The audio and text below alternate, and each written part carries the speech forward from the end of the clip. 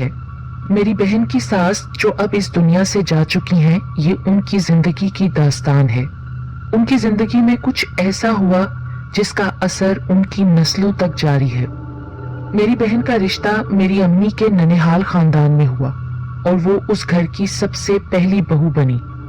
उस पूरे खानदान में पहली बहू से लेकर आखिर तक कोई भी दुल्हन आई उसके यहाँ औलाद नहीं हुई, सब बेऔलाद हैं। इस मामले की संगीनी का अंदाजा पहले पहल तो किसी को भी ना हुआ, मगर जब मेरी बहन की सास इस जहां से रुखसत होने के करीब थी तो उन्होंने मेरी बहन को अपनी जिंदगी में होने वाले वाकयात और उनकी कड़ी का सिलसिला और घर में औलाद ना होने के बारे में बताया। तो चलिए ये किस्सा सुनते हैं उनकी सास ही की जुबानी।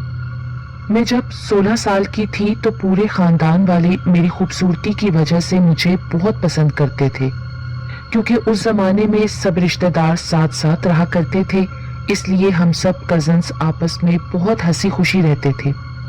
बचपन से जवानी तक का सफर हम सब ने एक साथ गुजारा। जवान औलाद के लिए माँ बाप पहले अपने खानदान में रिश्ते तलाश करते हैं, लिहाजा मुझे मेरी मुमानी जान ने बचपन ही से अपनी बहू बनाने का ख्वाब देख रखा था। ये बात क्योंकि मेरे इल्म में भी थी, इसलिए मुझे भी अपने मामूजात अजहर से बहुत मोहब्बत हो गई। पर मैं इस बात से अनजान थी कि मेरे चाहने वालों में और भी बहुत लोग हैं। मेरी मंगनी मेरे मामूजात अजहर से हो गई और जब ये बात पूरे खानदान में फैली तो हमें इस बात का अंदाजा हुआ कि और भी बहुत लोग थे जो मेरे साथ रिश्ता करना चाहते थे। उस वक्त मेरे एक और मामूजाद जिनका नाम इस्माइल था वो भी मुझे चाहते थे और मेरा रिश्ता उनसे ना होने पर बहुत गुस्सा थे। हालांकि वो हाफिज कुरान थे, लेकिन उन्होंने मुझे पाने के लिए काला इल्म सीखा ताकि मेरा रिश्ता हासिल किया जाए। मगर जब सब कुछ करने के बाद भी उनको नाकामी मिली तो वो और गुस्सा हुए और मंगनी का सुनकर हमारे घर की छत पर अमलियात किए। हमारी घर की छत पर उन्होंने आग लगाई और कसम खाई कि तुम्हारी नस्लों तक मैं अपना बदला लूंगा। उस वक्त सब ने उनको समझाकर चुप करवा दिया और कहा कि ऐसे ही बोलता है, ये कुछ भी नहीं कर सकता। कुछ सालों बाद मेरी शादी अजहर से हो गई। शादी के कुछ दिन तक तो मैं बहुत खुश रही, फिर मुझे एहसास होने लगा कि जैसे अजहर मुझ में दिलचस्पी नहीं लेते, जबकि मैं खानदान की खूबसूरत तरीन लड़की थी और बहुत सारे और मेरे कजिन्स थे जो मुझ पर मरते थे। जैसे कैसे गुजारा हो रहा था। मेरे यहाँ पहले बेटे की पैदाइश हुई। अजहर क्योंकि रेलवे ऑफिसर थे तो जहाँ उनकी पोस्टिंग होती थी हमें वहां जाना होता था। अब की बार जहां उनकी पोस्टिंग हुई मैं वहां जाके खुश नहीं हुई। मुझे वो जगह बिल्कुल पसंद नहीं आई। शुरू से ही मुझे वहां कुछ अजीब सा एहसास हो रहा था। उस वक्त मैं दूसरे बच्चे से हामला थी। वहां मेरी बेटी पैदा हुई। एक रात हम सो रहे थे, सर्दियां थी कि सोते में अचानक मेरा हाथ मेरी नामौलूद बेटी के पांव पर पड़ा। मैंने महसूस किया कि मेरी बेटी के पांव पर एक और हाथ भी है। मुझे लगा कि मेरे शोहर अजहर का हाथ होगा।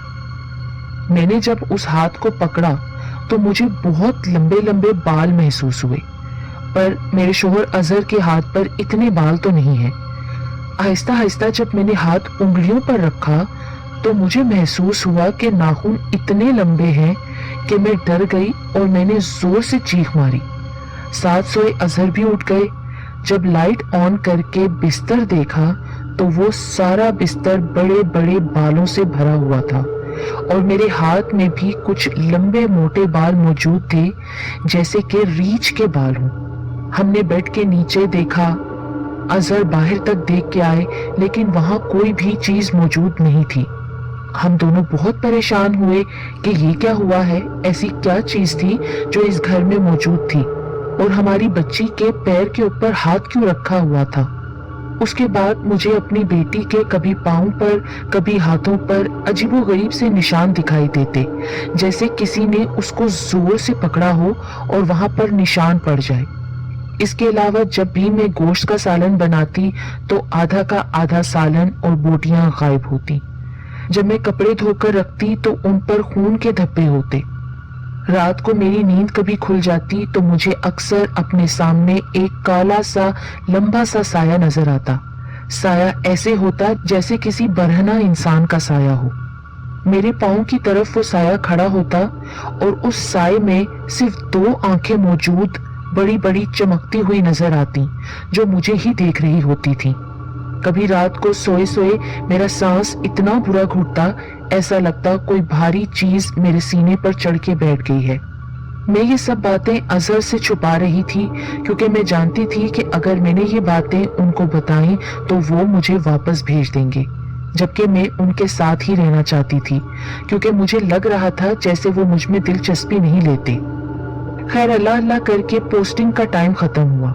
मैं अपने ससुराल वापस आ गई। यहाँ आकर पता लगा कि चचाजाद इस्माइल की भी शादी हो गई है। पहले मैंने सोचा था कि शायद वो घर भारी था, इसलिए इस तरह की वहां पर हरकत होती थी, लेकिन जब मैं अपने ससुराल वापस आई तो यहाँ भी खौफनाक वाकयात का सिलसिला जारी रहा। वक्त गुजरता रहा और मेरे यहाँ 2 और बेटियों की पैदाइश हो गई। अब मैं 4 बच्चों यानी 1 बेटे और 3 बेटियों की माँ थी, मगर मेरे कजन इस्माइल के यहाँ कोई औलाद ना हुई और वो मोहल्ले में तावीज गंडे करने वाले पीर के तौर पर मशहूर हो गया।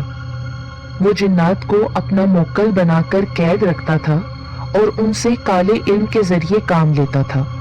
उनकी बीवी बताती थी कि वो सारी सारी रात चिल्ला काटते हैं, काले बिच्छू पाल कर रखते हैं और उन बिच्छुओं को दूध भी पिलाते हैं। हम सब समझते थे कि ऐसे ही उसने ढोंग रचाया हुआ है, सिर्फ पैसे कमाने का जरिया बनाया हुआ है। मेरे और अजहर के 4 बच्चे होने के बाद भी हम दोनों के दरमियान वो प्यार और एहसास नहीं था जो मैं चाहती थी कि मेरे शोहर में ऐसा हो। फिर वक्त गुजरता गया, बच्चे जवान हो गए। मेरी ननद का मेरे भाई से रिश्ता हुआ और वो भी 4 बेटों की माँ थी, हमारे साथ ही रहती थी। खानदान के दीगर कजन्स की या तो शादियां ही नहीं हुई थी या जवान मौत हो गई थी, जिसकी वजह से घर में एक मेरी और मेरे भाई की फैमिली ही बची थी जिनके बच्चे हुए। जब बच्चे जवान हुए तो हमने आपस में ही उनके रिश्ते किए। क्योंकि मेरी 3 बेटियां थीं, लिहाजा मैंने अपनी 2 बेटियों के रिश्ते अपनी ननद के साथ किए, जबकि अपने अकलौते बेटे का रिश्ता मैं दूसरे खानदान से ले आई। मेरी ननद के 2 जवान बेटों की मौत हो गई और बाकी 2 जो मेरे दामाद थे उनके यहाँ औलाद ना हो सकी, जबकि मेरे बेटे के घर भी औलाद ना हुई। इस्माइल इस दुनिया से अब जा चुके थे, मगर उनका वो छत पर आग जलाने वाला अमल हमारी नस्लों को बांध गया था। इसलिए ना मेरे बेटे और ना ही मेरी 2 बेटियों के घर में कोई औलाद हुई। मेरे देवर की दुल्हन की डोली क्योंकि इस घर में नहीं उतरी थी, वो दूसरे घर में रहता था, लिहाजा उसके बच्चे भी हैं, पोते और नवासे भी हैं।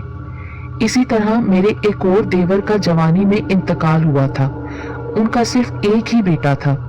जब वो बेटा बड़ा हुआ, वो भी इसी घर में रहता था, तो उसके यहाँ भी औलाद ना हुई।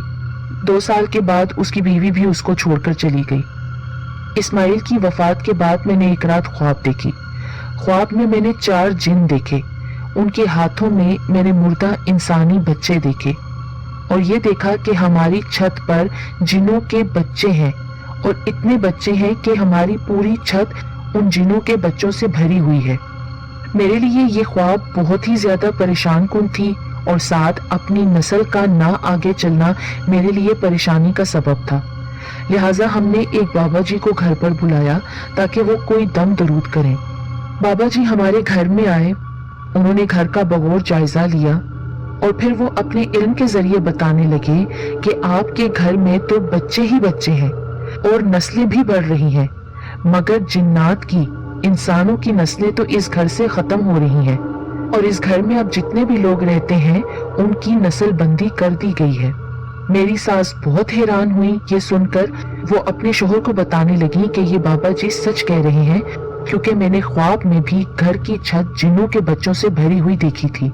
मेरी बहन की सास अब इस दुनिया से जा चुकी हैं और उस पूरी फैमिली में औलाद किसी की भी नहीं है। उस घर में से सिर्फ लोग रुखसत हो रहे हैं दूसरे जहान को, मगर कोई नया इंसान नहीं आ सका।